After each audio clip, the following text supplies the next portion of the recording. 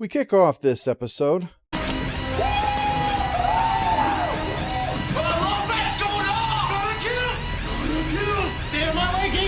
the next level today, yeah? I'm a death machine. And look for the remote to change the channel. These dipshits are about to play the ultimate video game. So serious, their vitals are being monitored as they start this phase of the beta testing. They're quickly sent into cover, and then Nazis on bikes show up for the purpose of being mowed down by automatic weapons. Then, it's on to dealing with Nazis in buildings. Nazis, shoot all you want, we'll make more. One of the members of Codename Dipshit are hit, though, and they spray yellow and green blood while he spasms, but it's all part of the game, don't worry. We're almost 5 minutes in, and this episode is, how do I put this, fucking ridiculous. Its dialogue is either eye-rolling or cringe-inducing by everybody. It sounds incredibly amateur. This isn't like RoboCop, where they were parodying violence. There's too much effort to try and fail to sound genuine to suggest otherwise. Well, one of the gamers is approached by a hot woman in a stripperific Rob Liefeld costume. She identifies herself as Maitreya. He kneels and takes her hand because he's a fucking idiot like everyone else, and then he gets blown away. For real. After the truth is out there, Mulder and Scully show up to look into things, but they're required to sign NDAs before they go in. I guess they're not aware that there's a murder yet. I don't think you have to sign in if you're investigating dead people. The lone gunmen are the reason that they're here, and like everyone else, they're behaving like unbelievable shadows of their normal selves.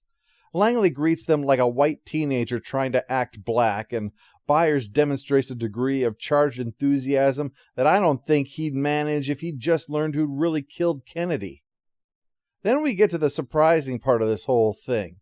That this episode was written in part by none other than William Gibson. It's like finding out that an incredibly horrible fairy tale was written by Tolkien.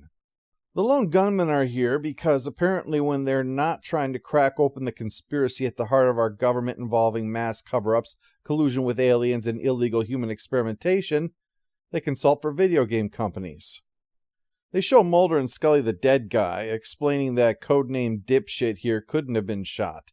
Security doesn't allow real guns inside. Everything in here is just a prop weapon. The suit is made so that if you're shot, you spray fake blood and you get zapped, because I know when I fail at something, what I really need in that moment is to have someone repeatedly inflict pain upon me. That'll keep me calm and level-headed and accept my situation with grace. Right up until I stab someone in their eye. Anyway, the guy clearly has a real gunshot wound, despite the fact that everything that happens occurs in a digital world. I was in the control booth with Ivan. Retro was in the zone. His telemetry was solid. He looked unstoppable, like he was on his way to the next level, when suddenly he was cooked meat. This isn't a television show, this is a challenge, and that challenge is, can you make something with no redeeming qualities whatsoever? Anyway, Soul Patch Zuckerberg here tries to insist on no cops being involved. Apparently he comes from a planet where you can just toss dead people in the dumpster if investigating would be inconvenient. Mulder and the lone gunman head to the control room to see what happened, but that's when the system was down. He went from alive heading into this area to being dead on the floor. Mulder suggests trying a wireframe view, which finally allows them to see Maitreya standing over his corpse with the gun. They then texture wrap her to reveal her face, causing the programmer to get nervous and call her Goddess.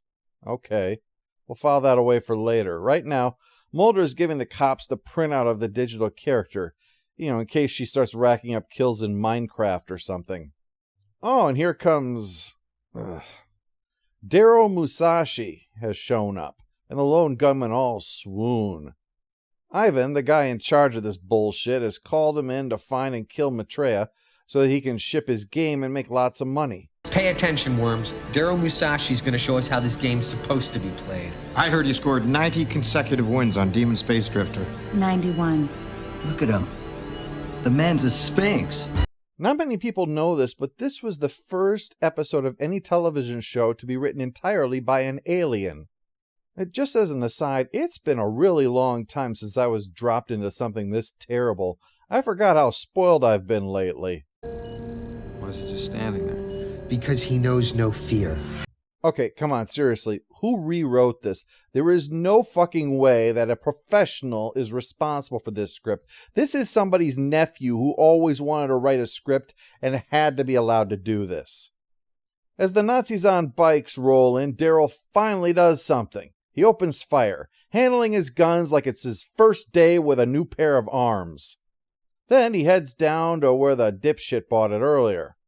Only Maitreya greets him with a sword and chops his hands off, and then decapitates him. But at least he knows no fear, right? Meanwhile, Scully is autopsying the other one, and there is no sign of what did this. Clearly something like a projectile, except there is no trace of it or powder burns. It's a real puzzler, which then leads into Scully voicing her views in the spirit of Jack Thompson. Mulder, what purpose does this game serve except to add to a culture of violence in a country that's already out of control? I'm torn between whether I should address Scully's dated anti-video game prejudice, or if trying to do so is taking a horrible episode far more seriously than it deserves. I mean, maybe the game provides an outlet for certain impulses. That it fills a void in our genetic makeup that the more civilizing effects of society failed to provide for. Well, that must be why men feel the great need to blast the crap out of stuff. Ironically, the most toxic video game article that I've read in the past year was written by the female senior editor of Kotaku. If you're wondering, she was lamenting why, when she wins in the digital card game Marvel Snap, the game doesn't allow her to rub it in her opponent's stupid face.